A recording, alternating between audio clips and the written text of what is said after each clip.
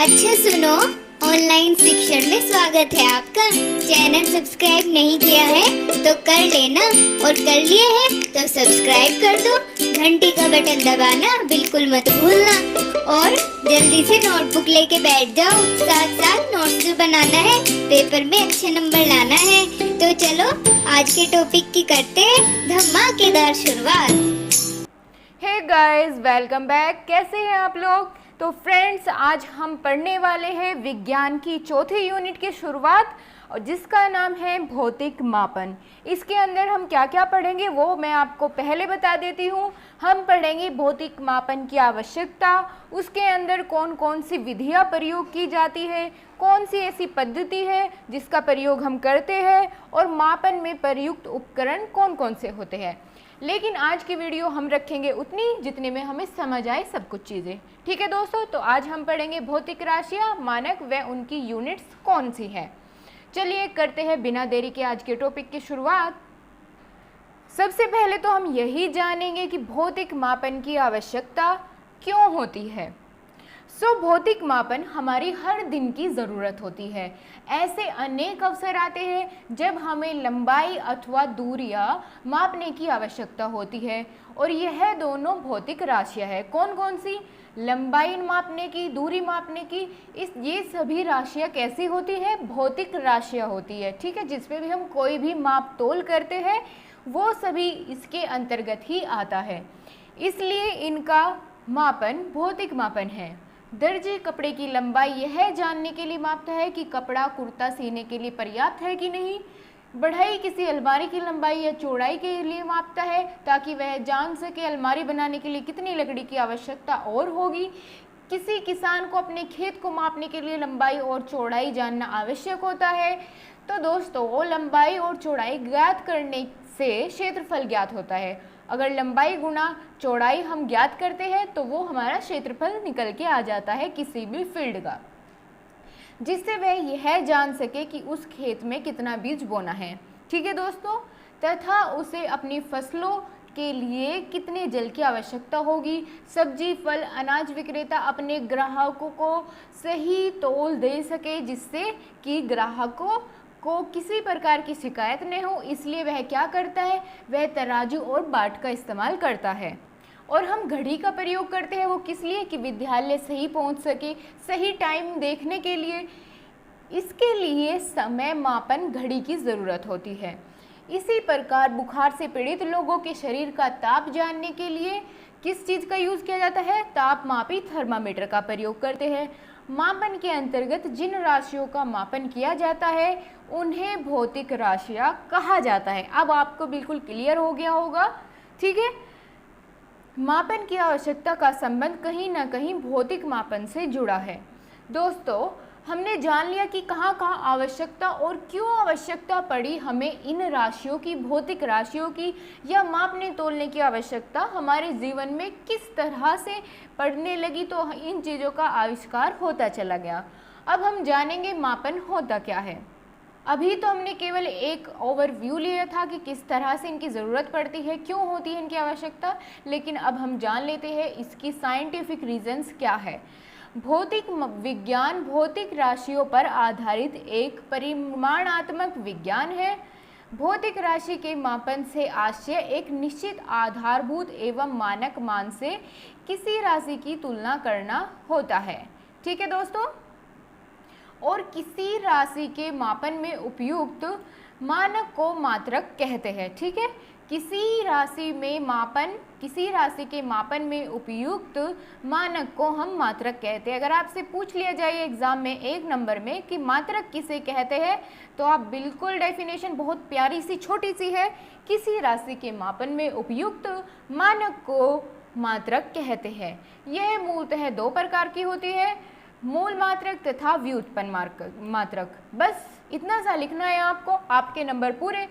तो चलिए अब जान लेते हैं, हमने बात की मूल मात्रक और व्युत्पन्न मात्रक की, तो एक एक कर इन दोनों के बारे में जानेंगे। मूल मात्रक इकाई क्या होती है, व्युत्पन्न मात्रक क्या होता है।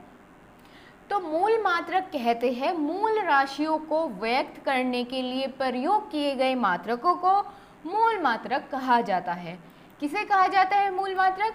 मूल राशियों को व्यक्त करने के लिए प्रयोग किए गए मात्रकों को मूल मात्रक कहा जाता है।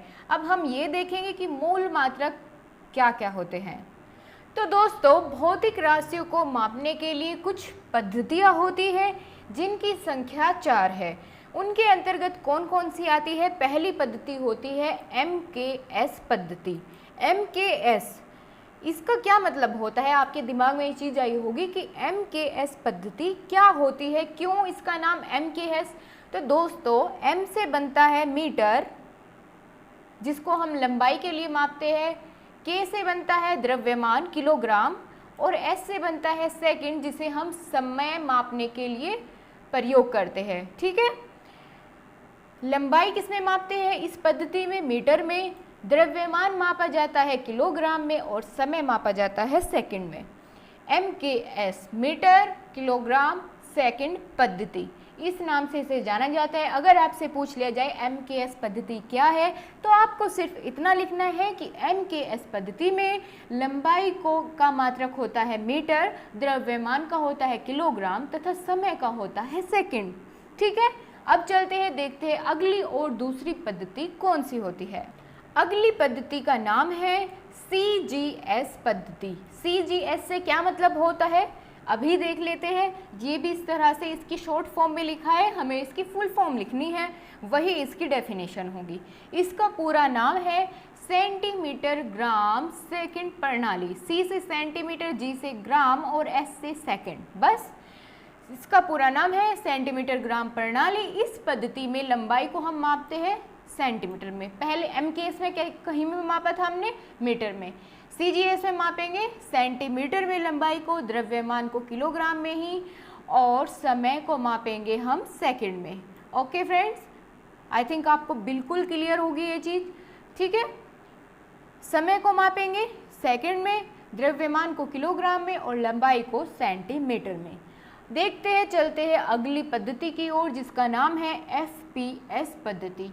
इसे कहते हैं फुट, पौंड एंड सेकंड पद्धति। यह मापन की फ्रांसीसी पद्धति है। आपसे पूछ लिया जाता है कि ये कहाँ की पद्धति है, तो ये फ्रांसीसी पद्धति है। आपको मल्टीपल चॉइस क्वेश्चन में इस तरह का क्वेश्चन मिल जाता है। इसमें लंबाई को हम किस में मापते हैं? फुट में, और द्रव्यमान को मापते हैं पौंड में। P से पौंड, F से फुट, और S से सेम एज सेकंड, जो हमने पहले दो में प्रयोग किया, S से सेकंड। ठीक है, फुट, पौंड, सेकंड पद्धति, ये है हमारी अगली। अब देखते हैं लास्ट वन, जिसका नाम है SI पद्धति। दोस्तों, यही इन सब में सबसे मेन है, क्योंकि यह मापन की एक अंतर्राष्ट्रीय पद्धति है। ये आपको याद रखनी है, बेशक बिल्कुल पेपर में आपके आ सकता है। ये मापन की अंतर्राष्ट्रीय पद्धति है, और 1967 में अंतर्राष्ट्रीय मापतोल के महाधिवेशन पेरिस में इस पद्धति को स्वीकार किया गया। ठीक है, 1967 में अंतर्राष्ट्रीय मापतोल के महाधिवेशन पेरिस में इस पद्धति की शुरुआत की गई, और अब यह पूरी दुनिया में प्रचलित है और मान्यता प्राप्त है। इस पद्धति में 7 मूल मात्रक होते हैं और 2 होते हैं पूरक मात्रक। इन्हें भी हम जानेंगे कौन कौन से मूल मात्रक है और कौन से होते हैं पूरक मात्रक। ठीक है फ्रेंड्स, अभी हमने क्या जाना कि SI पद्धति कौन सी पद्धति है? अंतर्राष्ट्रीय। ये अंतर्राष्ट्रीय स्तर पर प्रयोग की जाने वाली पद्धति होती है। इसकी शुरुआत 1967 में की गई। कहाँ? पेरिस में। अब देखते हैं कौन कौन सी मूल राशियाँ हैं, 7, और पूरक मात्रक कौन कौन से हैं, 2। उनके नाम जान लेते हैं। लेकिन ये जानने से पहले मैं आपको जो अभी पढ़ाया है वो सब चीज़ें एक बार टेबल की फॉर्म में और क्लियर करने की कोशिश करूँगी। ठीक है दोस्तों, हमने क्या पढ़ा कि मात्रकों की 4 विभिन्न पद्धतियाँ होती है। कौन कौन सी? CGS, MKS, SI और पौंड वाली। ठीक है, अब CGS में कौन सी पद्धति, CGS में किस किस चीज़ का प्रयोग किया जाता है हमने क्या जाना?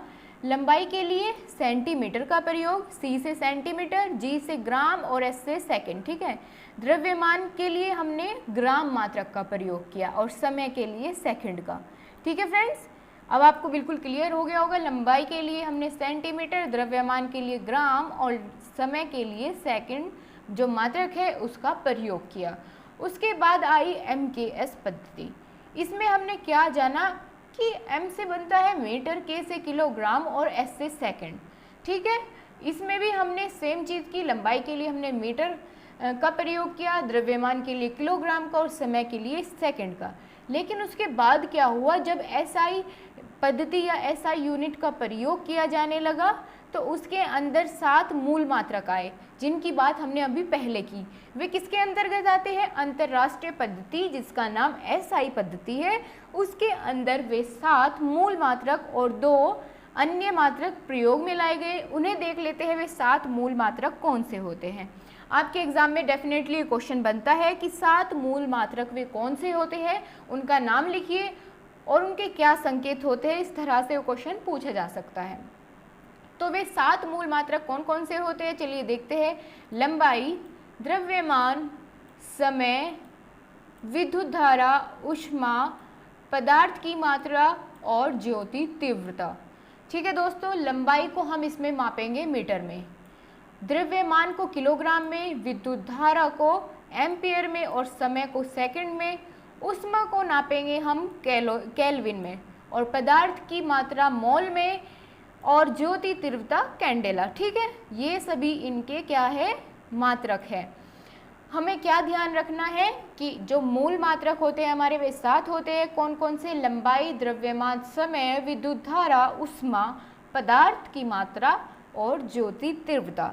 अब मैं आपसे फटाक से, आपको याद हो गया होगा, मैं पूछूंगी आपसे, ठीक है, बिना सीरियल के, तो आपको एकदम से बताना है ज्योति तीव्रता किसमें मापते हैं? कैंडेला, बिल्कुल सही। विद्युत धारा के लिए किसका प्रयोग किया जाता है? कौन सी मात्रक का? एम्पियर का, बिल्कुल सही। द्रव्यमान किलोग्राम के लिए और लंबाई के लिए हम किसका प्रयोग करते हैं? मीटर का। पदार्थ की मात्रा मोल में मापी जाती है। ज्योति तीव्रता कैंडेला, बिल्कुल सही। ऊष्मा केल्विन में मापते हैं और समय को सेकंड में। आपको अब बिल्कुल याद हो गया होगा। तो चलिए अब जानते हैं अगले वे जो 2 बचते हैं उनके बारे में। उससे पहले एक चीज़ और आपको मैं फिर से रिपीट कर देती हूँ कि SI पद्धति एक अंतर्राष्ट्रीय स्तर की पद्धति है। ठीक है दोस्तों, और ये सर्वमान्य है। आगे चलते हैं। हमने 7 मूल राशियाँ जो है वो ऊपर पढ़ ली है। अब हम जानेंगे पूरक राशियाँ कौन कौन सी है। जो 2 बची थी हमारी उन्हें जानते हैं। पूरक राशियाँ उन्हें हम कहते हैं, वो होती है समतल कोण रेडियन। ठीक है, इसे हम समतल कोण होती है जिसे हम रेडियन में मापते हैं, ये अलग है, ये इसका मात्रक है। ठीक है दोस्तों, आपको याद रखना है।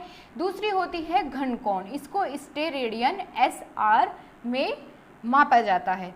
समतल कोण को स्टेरेडियन में, जिसको समतल कोण को रेडियन में मापा जाता है। RAD ये इसका चिन्ह है, इस तरह से इसको दर्शाते हैं। और घन कोण को स्टेरेडियन यानी SR में मापा जाता है। अभी आपको बिल्कुल क्लियर हो गया होगा। तो चलिए ये टॉपिक यहीं पे ख़त्म करते हैं। कल हम जानेंगे अदिश सदिश दोनों तरह की राशियों के बारे में। आज हमने क्या पढ़ा? आज हमने मूल मात्रक क्या होते हैं, पूरक मात्रक कौन से होते हैं वे जाने और इनकी आवश्यकता क्यों पड़ी, ये सभी, इसका अर्थ क्या होता है, ये सब कुछ हमने आज जान लिया है। तो कल मिलते हैं अगली वीडियो के साथ और हमारे साथ बने रहिए आप। आशा करती हूँ आपको बहुत अच्छे से सब कुछ समझ आया होगा। दोस्तों, अगर कोई भी पॉइंट आपको नहीं समझ आया है तो कमेंट बॉक्स में ज़रूर लिख भेजिए और अगर आपके कोई भी सुझाव है तो हमारे साथ ज़रूर शेयर करिएगा। और हमारे टेलीग्राम का ग्रुप नीचे डिस्क्रिप्शन में मिलेगा, आप उसको ज्वाइन कर लेना। और फिर अगर आपकी कोई क्वेरी रहती है मैं आपको अगली वीडियो में उसे ज़रूर एक्सप्लेन करूँगी। थैंक यू, अपना ध्यान रखिए, खुश रहिए।